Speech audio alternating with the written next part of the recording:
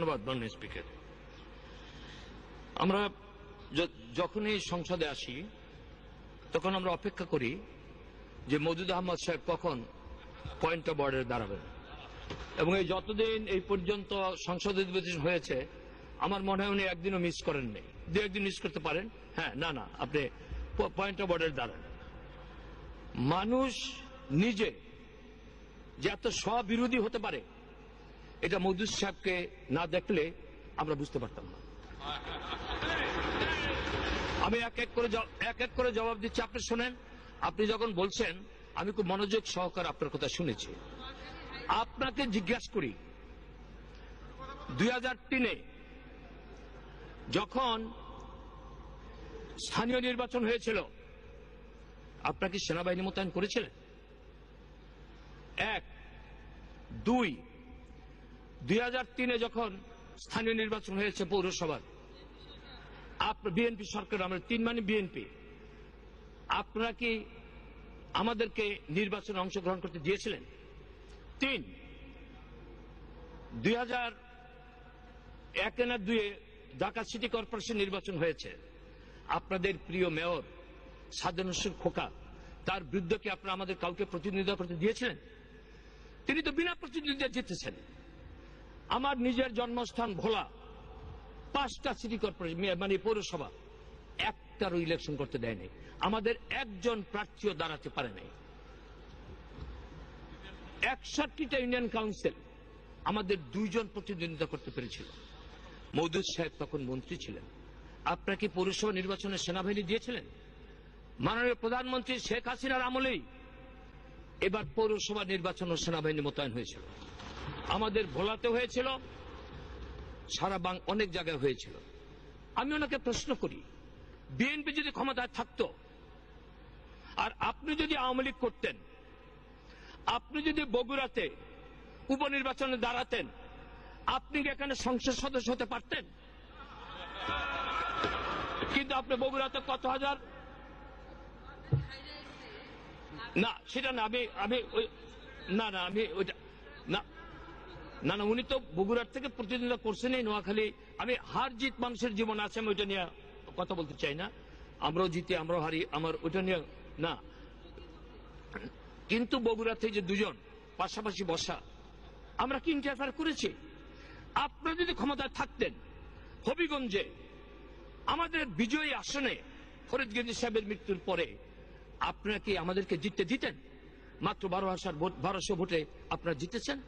আমি অবাক হয়ে যাই, আপনি এই কথাটা বলেছেন একটি মাত্র কারণে, সেনাবাহিনী মোতায়েন করলে আমাদের কি কোনো অসুবিধা আছে? কিন্তু সেনাবাহিনী ছাড়াই তো 4টা সিটি কর্পোরেশন নির্বাচন আপনার বিজয়ী হয়েছে। সেখানে কি সেনাবাহিনী লেগেছে? শেখ হাসিনার সরকার প্রমাণ করেছে যে দলীয় সরকারের অধীনেও অবাধ এবং নিরপেক্ষ নির্বাচন হতে পারে। আপনি সেটা করেন নাই। আপনার জানা আছে 1991 সনে আমি 2টি আসনে বিজয়ী হয়েছিলাম। আমি এখন যে আসনে এটা ছেড়ে দিয়েছিলাম, বরানদী দৌলত খান।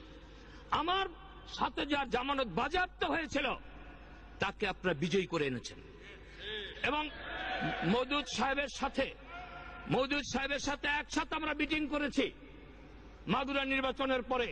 তিনিও বলেছেন যে বিএনপির অধীনে অবাধ এবং নিরপেক্ষ নির্বাচন হতে পারে না, সেই জন্য আমাদের তত্ত্বাবধায়ক সরকারে যেতে হবে।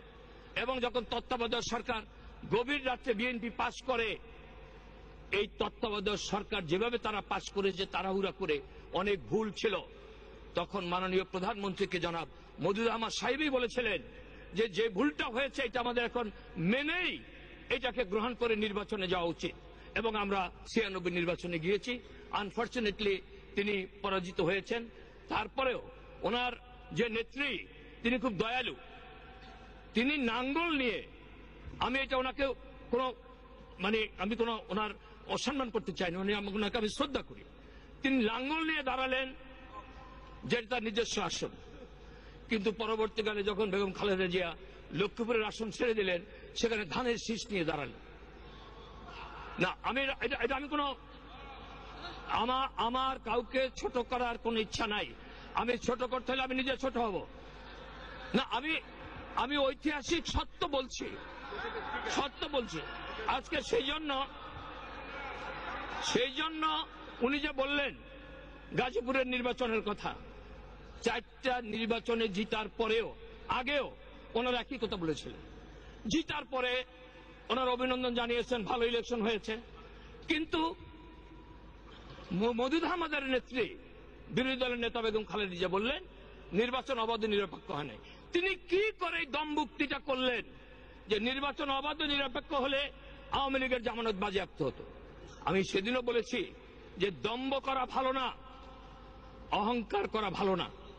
কারণ এই বিরোধী দলের নেতা বেগম খালেদা জিয়া, আমি তার প্রতি শ্রদ্ধা জানিয়ে বলি, তিনিই বলেছিলেন যে 2001-এর নির্বাচনের পরে যে আগামী নির্বাচনে তারা 30টি আসনও পাবে না, আমাদের কথা। আর এইবার যখন আমরা 270টি আসনে বিজয়ী হয়েছি, আমি ছোট করতে চাই না, তারাই 30টি আসন লাভ করেছিলেন মাননীয় স্পিকার। সুতরাং নির্বাচন অবাধ এবং নিরপেক্ষ হবে। তিনি বলেছেন শপথের কথা।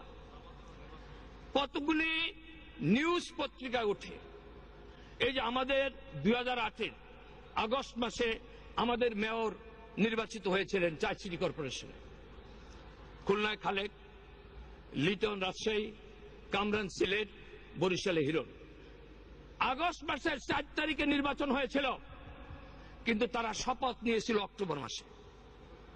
অক্টোবর মওদুদ সাহেব সেদিন একটা কথা বলেছিলেন মাননীয় স্পিকার, যে আপনারা সংখ্যায় বেশি হতে পারেন, কিন্তু সংখ্যা আমরা কম হলেও বুদ্ধি আমাদের বেশি। এটা ঠিক, বুদ্ধি ওনাদের যে বেশি, এটা সত্য।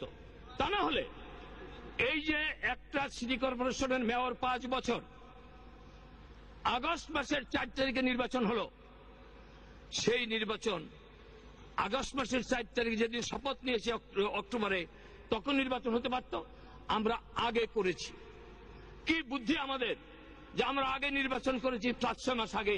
আর এই নির্বাচন করার কারণে সাজা হোসেন খোকা 9 বৎসর মেয়র ছিলেন, এবং খুলনার বিএনপির মেয়র তিনিও মেয়াদ উত্তীর্ণের পরে ছিলেন।